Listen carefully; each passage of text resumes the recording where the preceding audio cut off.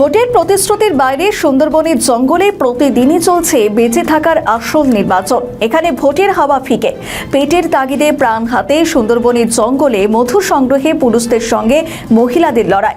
অনুমতি নিতে সরকারের সঙ্গে লড়াই করছেন তারা। সুন্দরবনের প্রান্তিক গ্রাম গড়গড়িয়ার ছবিটা একেবারেই ভিন্ন। প্রতিদিন প্রাণ হাতে নিয়ে গভীর জঙ্গলে ঢুকছেন পুরুষদের পাশাপাশি মহিলারাও। সকাল হলেই দল বেঁধে নদীপথ পেরিয়ে অরণ্যের উদ্দেশ্যে রওনা দেন তারা। সংসারের দায় কাঁধে তুলে নিয়ে নতুন সদস্যদেরও দ্রুত শিখে নিতে হচ্ছে এই বিপজ্জনক পেশা। সুন্দরবনের এই অঞ্চলে মধু সংগ্রহ শুধুমাত্র জীবিকা নয়, এক প্রকার জীবন মরণ খেলা। এবার বাধ্য হয়ে সরকারি অনুমতি চাইছে এবং সেই অনুমতি চাইতে এবার পথে নেমেছে তারা। তাদের দাবি, জঙ্গলে মধু সংগ্রহের জন্য প্রয়োজনীয় বৈধ পাস অনেক ক্ষেত্রেই মিলছে না, ফলে বাধ্য হয়ে লুকিয়ে চুরিয়ে তারা জঙ্গলে ঢুকতে হচ্ছে তাদের। এতে ঝুঁকি আরও বেড়ে যাচ্ছে বহুগুণ, এমনটাই দাবি তাদের। ভালোই লাগছে। আমি সংগঠনের সঙ্গে খুব বেশি যুক্ত নই বা খুব বেশি দিন যুক্ত হইনি বা এই সংগঠনকে খুব বেশি দিন জানিও না। নভেম্বর থেকেই আমি এই সংগঠনের কথা জেনেছি এবং পরবর্তীকালে এই সম্পর্কে পড়াশোনা করেছি এবং সেখান থেকে একটা জিনিস বুঝলাম, এই এরিয়ার যে সমস্যাগুলো রয়েছে, যেমন বাঘে আক্রান্ত ফ্যামিলিদের যে প্রবলেম বা এই পুরো এরিয়ার জঙ্গল নির্ভর মানুষদের যে সমস্যা আছে। জঙ্গল নির্ভর মানুষরা সাধারণত সুন্দরবনের জঙ্গলের উপর যাদের জীবনযাত্রা, ধীরে ধীরে তাদের জীবনযাত্রার মান ধীরে ধীরে কমে যাচ্ছে। মান কমে যাচ্ছে বলতে তাদের অধিকারগুলো খর্ব করা হচ্ছে। এখানে কোর এরিয়া বাড়িয়ে দেওয়া হচ্ছে, বাফার এরিয়া কমে যাচ্ছে ধীরে ধীরে। আবার এমন এমন জায়গায় বাফার এরিয়া ঘোষণা করা হচ্ছে যে জায়গায় তারা জীবিকা নির্বাহ করতে পারবেন না। উদাহরণ হিসেবে যদি আমি বলি, এখানে যে কেল্লার জঙ্গল রয়েছে, কেল্লার জঙ্গলে এখানে বাফার জোন হিসেবে ঘোষণা করেছে, কিন্তু সেখানে বা এখানে বন দপ্তর থেকে বলা হচ্ছে এই ধরনের জঙ্গলগুলোতে যাও, কিন্তু এই ধরনের জঙ্গলগুলোতে গিয়ে এই মানুষগুলি তারা কোনো উপকারই পাবেন না বা কোনো উপকার পাচ্ছেন না, কারণ সেখানে সেরকম পরিস্থিতি নেই। অন্যদিকে যে কোর এরিয়ার মধ্যে যেগুলো নিয়ে নেওয়া হচ্ছে ধীরে ধীরে, যার ফলে এদের জোন কমে যাচ্ছে। এবং আরেকটি সমস্যা, সবচেয়ে বড় সমস্যা হিসেবে আসছে যে বাক্স বসানো হচ্ছে। বাক্স বসানোর ফলে ন্যাচারাল মধুর পরিমাণ কমে যাচ্ছে। স্বাভাবিক মধু আসছে না, কারণ সেই মৌমাছিগুলো ওই বাক্সের মধ্যে চলে যাচ্ছে, মধুর মান কমছে। জিআই ট্যাগ পেয়েছে এই মধু, অথচ এর মান যদি ধীরে ধীরে কমে যায় তাহলে এই ট্যাগ পরের বার আর পাওয়া যাবে না। কি নাম আপনার? শেষ হয়ে যাবে। মধু ভাঙতে কতটা হ্যাপা রয়েছে বা কিভাবে আপনারা স্বাবলম্বী হচ্ছেন? মধু ভাঙতে প্রচুর কষ্ট।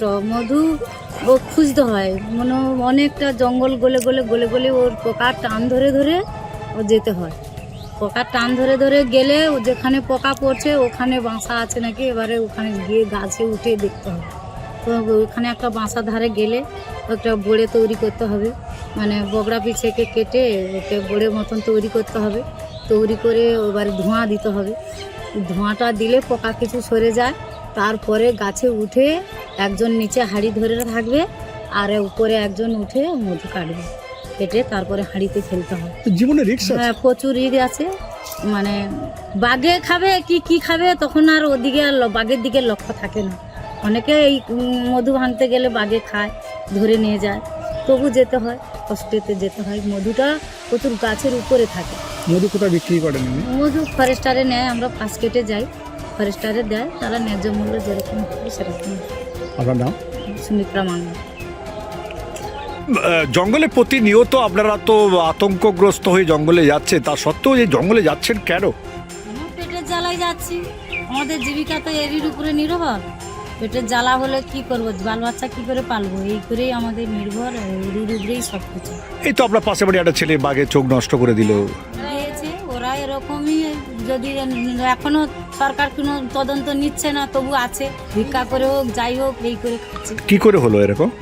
নদীতে গিয়েছিল, কাজে নিয়ে গিয়েছিল, কাজে নিয়ে যাওয়ার পরে বাঘে ধরতে গিয়ে বাঘ পার হয়েছে, ডেকে নিয়ে গিয়ে এবারে ক্ষতিপূরণ তারা দিবে বলে কোনো ক্ষতিপূরণ এখনো পর্যন্ত কোনো তদন্ত। কি করে চলছে ছেলে? ওই চলছে ভিক্ষা শিক্ষা করে, খাটাখানি করে। মেয়েটা যতক্ষণ তার স্বামী যদি পঙ্গু থাকে, মেয়ে কি করে চালাবে, এই খাটাখানি করে। আপনার নাম? সুমিত্রা মান্না। আমরা দেখছি যে সুন্দরবনের যেসব মৎস্যজীবী আছে তারা এই মৌলেরা মহল পাশে যায় এবং সামনেই এই মহল পাশে সিজন। সেখানে আমরা যে গত 3 বছর আগে সেখানে 3 দফায় মহল পাস দেওয়া হতো 15 দিন করে, কিন্তু আমরা দেখছি যে গত বছর এই কুলতলির এই চিতুরি ফার্স্টে এখানে এক দফায় মহল পাস দেওয়া হয়। তার কারণ একটা বিশেষ যে তারা এই মৎস্যজীবীদের যাদের জীবন জীবিকার উপর নির্ভরশীল মৌরেরা তাদেরকে উৎখাত করার চক্রান্তের মাধ্যমে তাদেরকে বাক্সের মধু এখানে বসানো হচ্ছে এবং যে বাক্সের মধু থেকে তারা কম দামে মধু সংগ্রহ করে নিচ্ছে, যে বন দপ্তরের যে চাহিদা মধুর, সেই চাহিদা তারা ওই বাক্সের মধু থেকে ঘাটতিটা মিটিয়ে নিচ্ছে এবং এই যে মৌলে যারা আছে তাদের মধু সেইভাবে নেওয়া হচ্ছে না। অর্থাৎ আমরা জানি যে এই সুন্দরবনের মতো জিআই খ্যাত পৃথিবী বিখ্যাত মধু, সেই মধু এখানে সেই দাম সেইভাবে দেওয়া হয় না, অথচ এখানে বাক্সের মধু নিয়ে তারা এখানে পূরণ করছে। আমরা অবিলম্বে দাবি জানাই যে এই যে বনের মধ্যে জঙ্গলের মধ্যে যে বাক্সের মধু বসানো হচ্ছে সেই মধু বন্ধ করতে হবে এবং এই যে বন্ধ করে তাদের যারা গ্রামের যে যারা মৎস্যজীবী মৌলে আছে তাদের জীবিকা যাতে পরিষ্কারভাবে থাকে, তারা যারা জীবিকা অর্জন করতে হবে তাদের মহল পাশের ব্যবস্থা করতে হবে। মিঠুন মণ্ডল, সহ সম্পাদক, এপিডিআর, দক্ষিণ চব্বিশ পরগনা জেলা কমিটি। আমাদের ভিডিও ভালো লাগলে লাইক ও শেয়ার করুন, কমেন্ট সেকশনে আপনাদের মতামত জানান। আরও ভিডিও পেতে আমাদের চ্যানেলটিকে সাবস্ক্রাইব করুন এবং প্রতি মুহূর্তে খবরের আপডেট পেতে প্রেস করুন বেল আইকন।